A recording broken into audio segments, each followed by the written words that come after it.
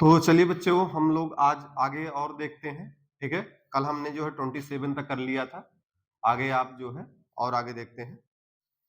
तो चलिए लेते हैं 28 नंबर। अब 21 नंबर 28 में मैं ले रहा हूं कैपेसिटेंस को। ठीक है, कैपेसिटेंस का मुझे यूनिट और उसका डायमेंशन फार्मूला कैलकुलेट करना है।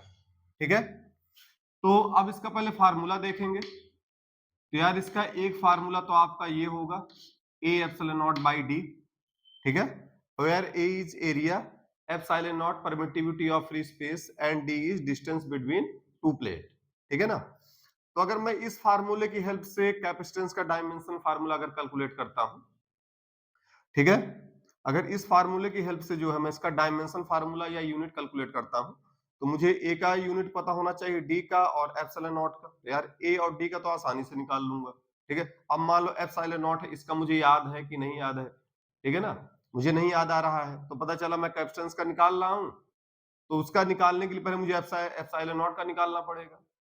ठीक है, और उसके बाद जो है ए और डी का तो मान लिया आपको याद ही रहेगा। तो हम कोशिश करेंगे कि कैपेसिटेंस के उस फार्मूले में जाएं जिसमें मुझे कोशिश ये रहे कि सी का ही निकालना पड़े, बाकी चीजें मुझे याद हो। ठीक है, तो देखिए इस फार्मूले में एप्सिलॉन नॉट के फंसने के चांस है। ठीक है, चलिए फिर मैं अगला फार्मूला देखता हूं। इसका एक फार्मूला ये है आपका Q equal to C into V, where Q is charge, C is capacitance and V is potential. ठीक है, डिफरेंस बिटवीन प्लेट। तो यहां पर आप देखिए Q का तो बता सकते हो, आपको आसानी से याद रहेगा। फिर पोटेंशियल का फंस जाएगा, पोटेंशियल में आपको दिक्कत हो सकती है। ठीक है ना, तो पहले आप पोटेंशियल कैलकुलेट करो, फिर सी का कैलकुलेट करो, तो यहां पर भी दिक्कत फंस सकती है फार्मूले को लेकर के। ठीक है, तो चलिए फिर अगला रिलेशन देखते हैं कैपेसिटेंस का। अब अगला है एनर्जी का। अब एनर्जी में इसके जो है तीन फॉर्म है, चाहे आप हाफ सी बी स्क्वायर लिखो या हाफ क्यू इंटू वी लिखो। ठीक है ना, या आप इसको लिखो हाफ क्यू स्क्वायर बाई सी। अब यार अगर मैं हाफ सी बी स्क्वायर लेता हूं तो यहां पर आपका वी फिर से फंसेगा। ठीक है, अगर मैं इसको लेता हूं तो यहां पर फिर से आपका वी फंसने वाला है। ठीक है ना, लेकिन अगर मैं इस फार्मूले को लेता हूं क्यू स्क्वायर बाई टू सी को, तो ये मेरा आसानी से हो जाएगा। ठीक है ना, क्योंकि मुझे एनर्जी का जो डायमेंशन फार्मूला आसानी से याद रहेगा, और यहाँ पर ये चार्ज है इसका भी याद रहेगा, तो मैं आसानी से कैपेसिटेंस का यूनिट और डायमेंशन फार्मूला कैलकुलेट कर सकता हूं। ठीक है ना, तो चलिए जो है यहाँ पर देखिए, निकालने को आप इन जितने फार्मूले मैंने यहाँ दिया है, किसी से भी डायमेंशन फार्मूला आप कैपेसिटेंस का निकालोगे ना, सेम निकल कर आएगा। लेकिन हम कोशिश उस फार्मूले से करेंगे जिसमें हमको कम से कम कैलकुलेशन करना पड़े, मतलब जिसका हम कैलकुलेट कर रहे हैं केवल उसी का निकालना पड़े, किसी अदर का निकालना ना पड़े। ठीक है ना, इससे हमारा काफी टाइम बचता है। ठीक है ना, नहीं बाकी अगर आप चाहो तो इनमें से किसी से निकाल लोगे तो वही डायमेंशन फार्मूला निकल कर आने वाला है, जो किसी एक से आप कैलकुलेट करके देख लो। ठीक है, तो चलिए मैं इसमें से ये वाला ले लेता हूं, तो U equal to Q square by two C. ठीक है, तो इस फार्मूले को थोड़ा रीअरेंज करूंगा तो ये आपका हो जाएगा C equal to Q square by two U. ठीक है, अब यहां से अगर इसका यूनिट कैलकुलेट करेंगे तो ये आपका चार्ज कूलम स्क्वायर। ठीक है ना, और ये आपका हो जाएगा एनर्जी। ठीक है, ये तो इसका यूनिट हो गया आपका कूलम स्क्वायर अपान जूल। ठीक है ना, इसी को आप शॉर्ट में क्या नाम देते हो, फेरेड। इसी को आप लोग क्या बोलते हो, फेरेड। ठीक है ना, कैपेसिटेंस का जो यूनिट होता है वो फेरेड होता है, लेकिन साथ में अगर आप इसको कूलम स्क्वायर पर जूल भी लिखोगे तो भी कोई गलत नहीं है, क्योंकि फेरेड को देख करके तो आप इसका डायमेंशन फार्मूला आप कैलकुलेट नहीं कर सकते। ठीक है ना, डायमेंशन फार्मूला तो आपका कैपेसिटेंस का इसी के अकॉर्डिंग ही आप कैलकुलेट कर पाओगे। ठीक है, तो चलिए इस पे चलते हैं। तो C इक्वल टू सी, यहां पर कूलम स्क्वायर मतलब आपका 80 का जो आपका स्क्वायर रहेगा, ठीक है, अपान एनर्जी है तो उसका हो जाएगा आपका m l स्क्वायर और t की पावर -2। ठीक है ना, ये आपका यहां से बनेगा, तो ये आपका ऊपर जाएगा तो ये आपका बन जाएगा m की पावर -1। ठीक है, एल की पावर -2 और उसके बाद टी भी आपका ऊपर जाएगा तो टी की पावर 4 एंड आपका ए स्क्वायर। तो ये आपका इसका डायमेंशन फार्मूला यहां से निकल चुका है, ठीक है। एम आपका ऊपर जाएगा m की पावर -1, उसके बाद एल स्क्वायर जाएगा तो एल की पावर -2 और ये टी की पावर -2 आके ऊपर जाके प्लस हो जाएगा तो टी की पावर 4 और ये आपका ए स्क्वायर, ठीक है। तो यहाँ पर हमने देखा कि कैपेसिटेंस का आसानी से उसका यूनिट और उसका डायमेंशन फार्मूला मैंने यहाँ पर कैलकुलेट कर लिया है, ठीक है ना। और मैंने जो एक बात बताया है यहाँ पर, जो सबसे ध्यान देने वाली बात है कि जिसका मुझे डायमेंशनल फार्मूला निकालना हुआ करे, ठीक है ना, तो कोशिश करूंगा कि मुझे उसी के लिए कैलकुलेशन करना पड़े, बाकी जो और दिए हुए उनके लिए अलग से कैलकुलेशन ना करना पड़े। पता चला कैपेसिटेंस का हम लोग कैलकुलेट कर रहे हैं और उसका निकालने के लिए पहले मैं एप्सिलॉन नॉट का निकालूं, ठीक है ना। तो कोशिश करेंगे उसका वो वाला रिलेशन हम लोग लेंगे जिसमें से मैक्सिमम चीजें हमको पता हो, ठीक है ना। ठीक, तो इसको नोट कर लीजिए।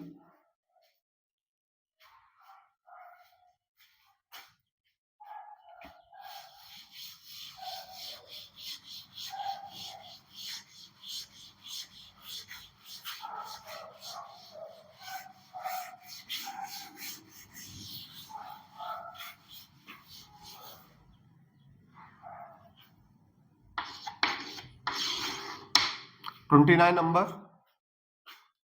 अब अगला देखते हैं परमिबिलिटी, ठीक है। परमिबिलिटी लेते हैं। अब इसका जो रिलेशन है mu not upon 2 pi I upon R, ठीक है ना। ये आपका एक infinite line charge, infinite line charge जो जिसमें करंट फ्लो हो रहा है, ठीक है ना, एक इनफाइनाइट वायर है जिसपे करंट फ्लो हो रहा है, तो वो वायर किसी आर डिस्टेंस पे कितना मैग्नेटिक फील्ड जनरेट करती है उसका ये फार्मूला है, जो कि है आप लोग जो है मैग्नेटिज्म में फार्मूला पढ़ेंगे जब आप लोग इस चैप्टर को करेंगे। तो यहां पर बी आपका मैग्नेटिक फील्ड होता है, ठीक है। म्यू नॉट आपका परमिबिलिटी ऑफ फ्री स्पेस होता है, ठीक है। And I current and R is distance, ठीक है ना। तो ये चीजें हमको यहाँ पर पता है, तो मुझे यहाँ पर म्यू का निकालना है। तो म्यू का निकालने के लिए आप क्या करोगे, इसको थोड़ा सा रीअरेंज करोगे तो म्यू इक्वल टू यही फार्मूला आपका हो जाएगा B 2 pi R upon I, ठीक है ना। Mu not equal to B 2 pi R upon I. तो इसके अकॉर्डिंग देखिए इसका यूनिट तो बहुत आसानी से निकलने वाला है, ठीक है ना। इसका टेस्ला हो जाएगा, ठीक है, इसका मीटर हो जाएगा और इसका एम्पियर, टेस्ला मीटर एम्पियर हमने यहां से कैलकुलेट कर लिया, ठीक है ना। तो यूनिट तो इसका हमको बहुत आसानी से मिल गया। अब इसका डायमेंशनल फार्मूला देखते हैं। तो डायमेंशनल फार्मूला में हमको जो है इसके अकॉर्डिंग चलना पड़ेगा। अब देखिए मैग्नेटिक फील्ड यहां पर है, अब मैग्नेटिक फील्ड का आपको डायमेंशनल फार्मूला याद है नहीं याद है, ठीक है ना।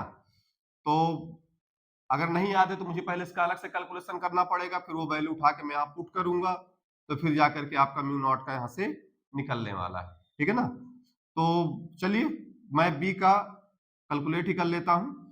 तो देखिए मैं आपको कल बता चुका हूं कि बी का एक रिलेशन जो है ये मैं यहाँ पे लिख देता हूं, F इक्वल टू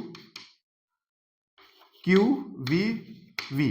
ये कल मैंने आपको फार्मूला बताया था, ठीक है ना। तो इस फार्मूले से बी का वैल्यू जो है F अपॉन क्यू वी हो जाएगा। तो ये फार्मूले को पहले रीअरेंज करते हैं, तो ये आपका v की जगह क्या हो जाएगा F अपॉन क्यू वी, ठीक है ना। 2 पाई कोई इसका कोई रोल रहेगा नहीं यहाँ पर, तो ये R एंड I करंट, ठीक है। अब इसके अकॉर्डिंग इसका डायमेंशन फार्मूला कैलकुलेट करेंगे, तो पहले F को रखेंगे तो ml t की पावर -2, उसके बाद इसका आपका L हो जाएगा, ठीक है। उसके बाद ये आपका है T इंटू ए, उसके बाद वेलोसिटी, वेलोसिटी का भी मेरे हिसाब से आपको पता होगा एल टी की पावर -1, और उसके बाद ये आपका करंट ए, ठीक है। अब इसको जो है हम लोग जो कटे उसे काट देते हैं, जैसे आपका यहाँ एल से ये आपका एल कटने वाला है, ठीक है।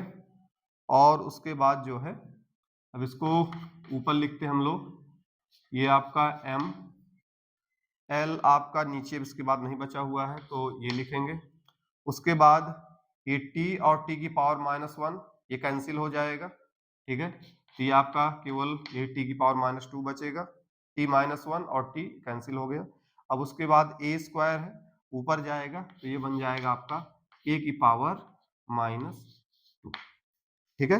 तो ये हमारा यहां से डायमेंशनल फार्मूला किसका आ गया, परमिटिविटी ऑफ, ठीक है, फ्री स्पेस जो भी होता है उसका भी डायमेंशन फार्मूला हमने यहाँ पर कैलकुलेट कर लिया है, ठीक है ना। तो हम लोग कोशिश करेंगे, अब देखिए ये म्यू नॉट जो है और भी कई सारे फार्मूलों में आएगा, ठीक है ना।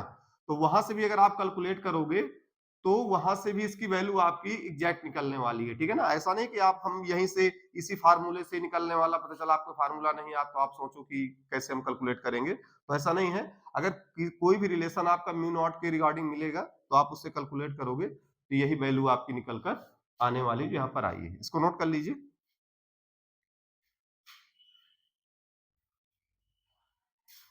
ठीक है। अब इसमें देखिए एक रिलेशन और है, ठीक है ना, उससे भी काफी आसानी से निकल जाता है।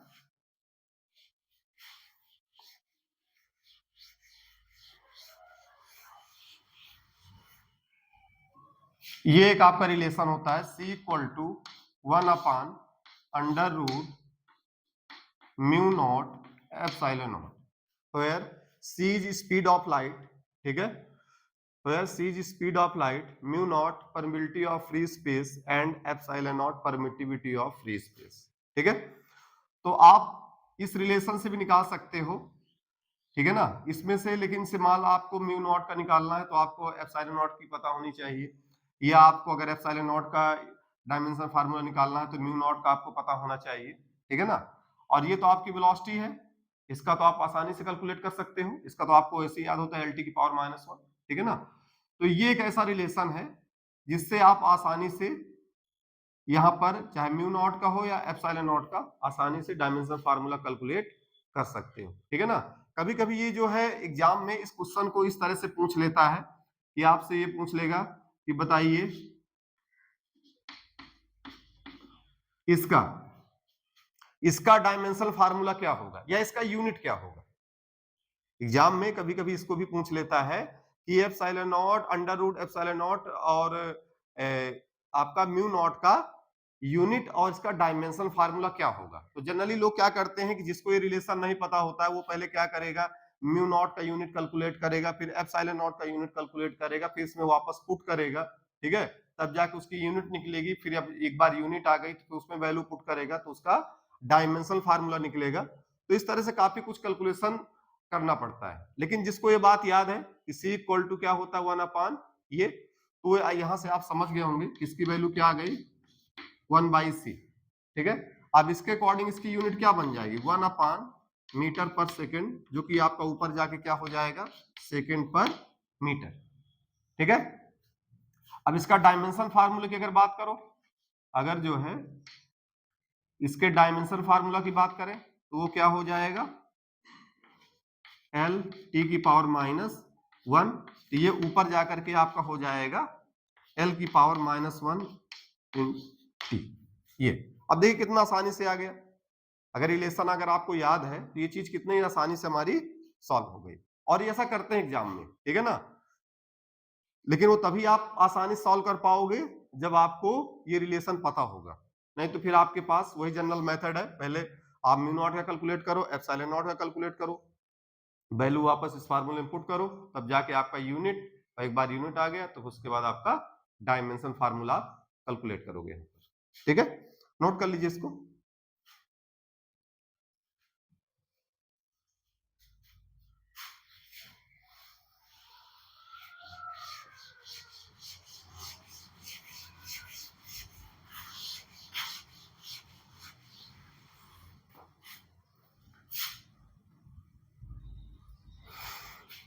चलिए अगला फिर देखते हैं, अगला है गैस कांस्टेंट, ठीक है, गैस कांस्टेंट। तो उसके लिए PV = ideal gas equation, PV = nRT, where P is pressure, V is volume, and number of mole, R gas constant, इसको यूनिवर्सल कांस्टेंट बोलते हैं, ठीक है ना। यूनिवर्सल कांस्टेंट वो होते हैं, देखिए जनरल कांस्टेंट होते हैं और एक यूनिवर्सल कांस्टेंट। यूनिवर्सल कांस्टेंट वो होते हैं जो हमारे इस यूनिवर्स के किसी भी पॉइंट पर जाने पर उनकी वैल्यू चेंज ना हो, ठीक है। And T is temperature in kelvin, ठीक है। तो यहां पर मुझे आर का डायमेंशन फार्मूला कैलकुलेट करना, तो पहले चलिए यूनिट ही निकालते हैं। तो इसको रीअरेंज करेंगे तो ये आपका हो जाएगा पीबी एन इंटू टी, ठीक है ना। तो इसका अगर आप ये साई यूनिट निकालोगे तो इसमें क्या आएगा, तो ये प्रेशर है, इसका हो जाएगा पास्कल, ठीक है, वैल्यूम मीटर क्यूब, और ये आपका मोल, ठीक है, और इसका केल्विन, इसका क्या हो गया, pascal metre cube mole kelvin, ये इसका यूनिट यहां से आ गया, ठीक है। अब इसका डायमेंशन फार्मूला कैलकुलेट करेंगे, इसका जो है डायमेंशन फार्मूला कैलकुलेट करेंगे। तो यहाँ पर ये प्रेशर है, प्रेशर का मेरे हिसाब से आपको याद होगा फोर्स अपॉन एरिया होता है, तो उसके अकॉर्डिंग आपका इसका बनेगा m l की पावर -1 t की पावर -2, ठीक है, ये आपका बनेगा l क्यूब, ठीक है। उसके बाद आपका टेम्परेचर, इसको हम लोग थीटा से रिप्रेजेंट करेंगे, ठीक है। अब जो मोल होता है ये आपका डायमेंशन लेस होता है, ठीक है ना। तो आगे हम इसको रीअरेंज करके लिखते हैं, तो ये आपका यहां से बनेगा m, ये आपका हो जाएगा l स्क्वायर, ये आपका t की पावर -2 एंड थीटा की पावर -1, ये हमारा गैस कांस्टेंट का भी डायमेंशनल फार्मूला हमने 31। इस बार मैं लेता हूं प्लेन एंगल, ठीक है। प्लेन एंगल को हम लोग थीटा से रिप्रेजेंट करते हैं, और थीटा का जो रिलेशन होगा वो होता है आर्क अपान रेडियस, ठीक है ना।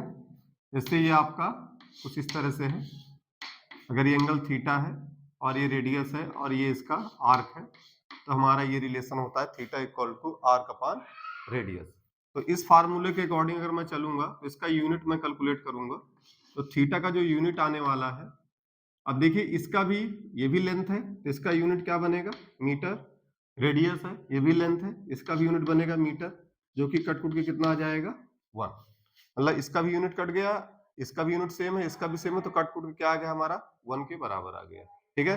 तो यहां से एक चीज क्लियर हो गया कि इसका कोई यूनिट फार्मूले से तो निकल के नहीं आने वाला है, थीटा का, इस प्लेन एंगल का कोई भी यूनिट आपका फार्मूले से निकलकर नहीं आने वाला है, ठीक है।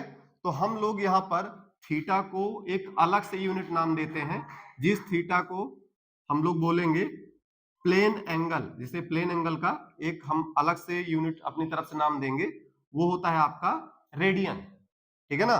भाई इस फार्मूले के अकॉर्डिंग तो इसका कोई यूनिट नहीं निकला, ठीक है ना, फार्मूले से यहां पर कोई यूनिट नहीं आया, ठीक है ना। लेकिन यहां पर हम अलग से एक यूनिट नाम देते हैं अपनी तरफ से, वो आपका होता है रेडियन, RADIAN, रेडियन। मैंने अलग से अपनी तरफ से एक यूनिट यहां पर बनाया है, इसका मैंने क्या नाम दिया है, रेडियन, ठीक है ना। फार्मूले से यहां पर कोई यूनिट नहीं निकली, तो मैंने अलग से एक यूनिट का नाम दिया रेडियन, क्लियर। अब उसके बाद इसका डायमेंशनल फार्मूला देखेंगे, तो यार ये बताओ, इसको मैंने यूनिट भी अपनी तरफ से प्रोवाइड किया है, इसका डायमेंशनल फार्मूला तब निकलता जब इसका यूनिट के इसके अकॉर्डिंग यहां पर कोई इसकी यूनिट निकल कर आती, ठीक है ना। अगर इसके अकॉर्डिंग यहां पर कोई यूनिट निकल कर नहीं आई हुई है, तो यहां पर इसका कोई भी डायमेंशन फार्मूला भी निकल कर नहीं आएगा। मैंने यहां से कैलकुलेट किया और सब कुछ कट कुट करके इसकी यूनिट 1 आ गई, तो अगर ये 1 आ गया तो यहां से अब इसका कोई भी डायमेंशन फार्मूला निकलने वाला नहीं, ठीक है। तो इसको मैंने अपनी तरफ से एक गिफ्ट के तौर पर मैंने अपनी तरफ से इसको एक जो है यूनिट प्रोवाइड कर दिया है, जो कि क्या है, रेडियन, ठीक है ना। पर इसको मैं डायमेंशन फार्मूला प्रोवाइड नहीं कर सकता, वो तो जब इसके अकॉर्डिंग यूनिट निकलती तभी वो उसको मिल पाता, ठीक है ना। तो अगर यहां से कोई वैल्यू निकलती इसकी यूनिट की, तो उसके अकॉर्डिंग डायमेंशन फार्मूला इसका निकल आता, पर वो तो कुछ आया नहीं, तो इसका डायमेंशन फार्मूला इसलिए कैलकुलेट नहीं होगा, ना ही कुछ निकल कर आएगा। लेकिन चूंकि यूनिट भी इसकी नहीं आ रही है, ठीक है ना, तो मैंने अलग से अपनी तरफ से एक यूनिट इसको नाम दे दिया है रेडियन, ठीक है। चलिए अगला देखते हैं।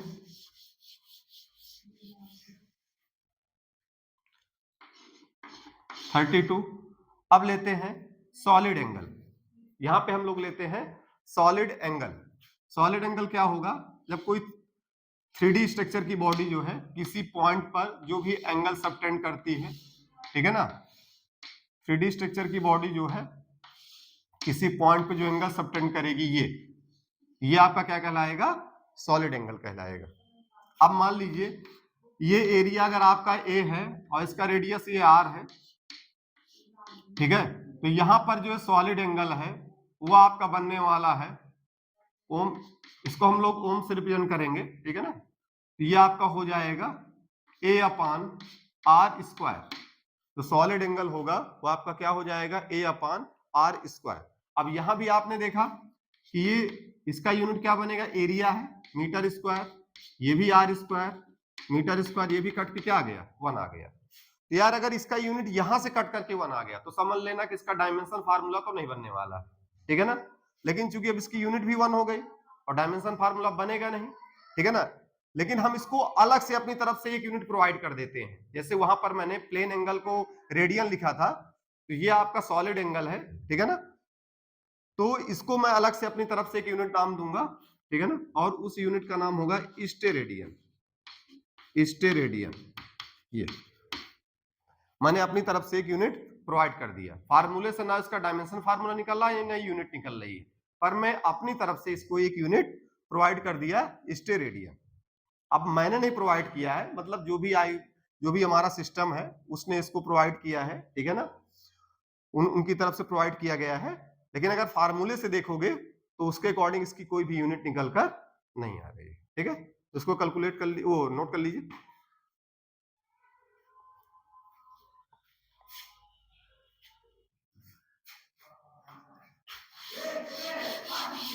इसका मतलब एक चीज क्लियर हो गया कि कई सारी ऐसी फिजिकल क्वांटिटी भी हैं जिनका यूनिट होता है पर उनका डायमेंशन फार्मूला नहीं होता है, ठीक है ना।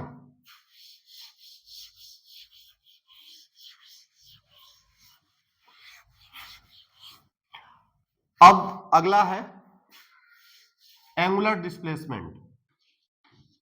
एंगुलर डिस्प्लेसमेंट को हम लोग रिप्रेजेंट करेंगे थीटा से, ठीक है ना। अब यार अगर इसको थीटा से रिप्रेजेंट किया है, मतलब आपका एक तरह ये प्लेन एंगल की तरह हो गया। तो अभी तो मैं देख ही चुका हूं कि इसका कोई भी यूनिट फार्मूले से नहीं निकल रही है, ठीक है ना। तो अलग से मैं इसको एक यूनिट नाम दे देता हूं रेडियन, ठीक है ना, अलग से मैं इसको एक नाम प्रोवाइड कर देता हूं रेडियन जो है, पर फार्मूले से इसका कोई यूनिट नहीं निकलने वाला है, ठीक है ना। तो इसका कोई डायमेंशन फार्मूला भी नहीं होगा, बस इसका यूनिट होगा एंगुलर डिस्प्लेसमेंट का, जो कि क्या होगा? रेडियन, ये, और इसका कोई डायमेंशन फार्मूला नहीं रहेगा, ठीक है।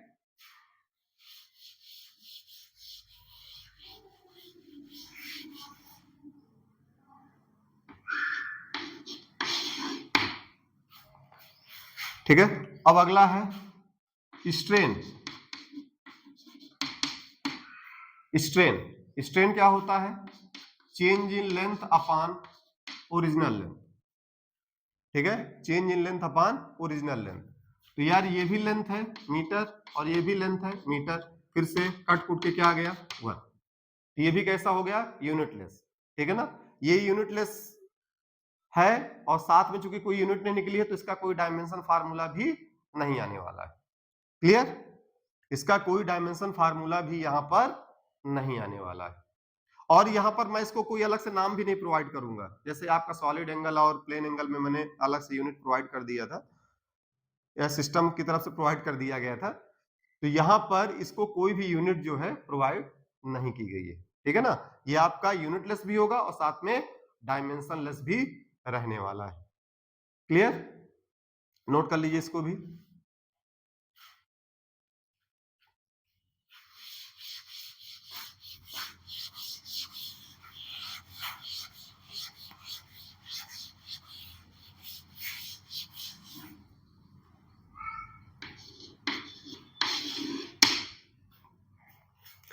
थर्टी 35, ठीक है, इस पे हम लोग देखेंगे मोल तो यार मोल को जो है हम लोग क्या लिखते हैं, मास अपान मोलर मास, ठीक है, या एन अपान एन ए, ठीक है ना। ये आपका जनरल नंबर है, ये एवोगाद्रो नंबर होता है, ठीक है, एन ए। तो देखिए यहाँ पे मास अपान मास और ये नंबर अपान नंबर, यहां से भी कट कुट के क्या आ जाएगा, 1 आ जाएगा। तो यहां से भी इसकी कोई यूनिट निकलने वाली नहीं, ठीक है ना, यहां से भी इसकी कोई यूनिट निकलने वाली नहीं है। और जब यूनिट नहीं निकलेगी तो इसका कोई भी डायमेंशन फार्मूला यहां से नहीं आने वाला है, ठीक है ना।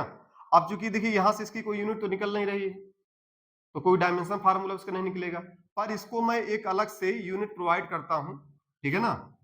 यहां पर मैं इसको अलग से यूनिट प्रोवाइड करूंगा जो क्या होगा आपका मोल, ठीक है ना। इसको मैं अलग से एक यूनिट प्रोवाइड करूंगा जो आपका किससे मैं उसको रिप्रेजेंट करूंगा, मोल से, ठीक है ना। फार्मूले से कुछ नहीं निकल रहा है, ना डायमेंशन फार्मूला ना यूनिट, पर उसको अलग से मैं प्रोवाइड करूंगा जो कितना आपका होगा, मोल। Is that clear? आपको बात समझ में आ रही है, ठीक है। तो आपने देखा कि कई सारे ऐसे हमारे जो है टर्म आए जो है जिनका फार्मूले से कोई भी यूनिट नहीं निकल रहा है। जब यूनिट नहीं निकलेगा तो उनका कोई डायमेंशन फार्मूला भी नहीं निकलेगा। तो कई को तो मैंने अलग से यूनिट प्रोवाइड कर दिया था और कई को यूनिट अलग से प्रोवाइड नहीं किया गया, वो आपके यूनिटलेस भी रहेंगे और साथ में डायमेंशनलेस भी रहेंगे, जैसे आपका स्ट्रेन, ठीक है। क्लियर है? नोट कर लीजिए इसको, ठीक है।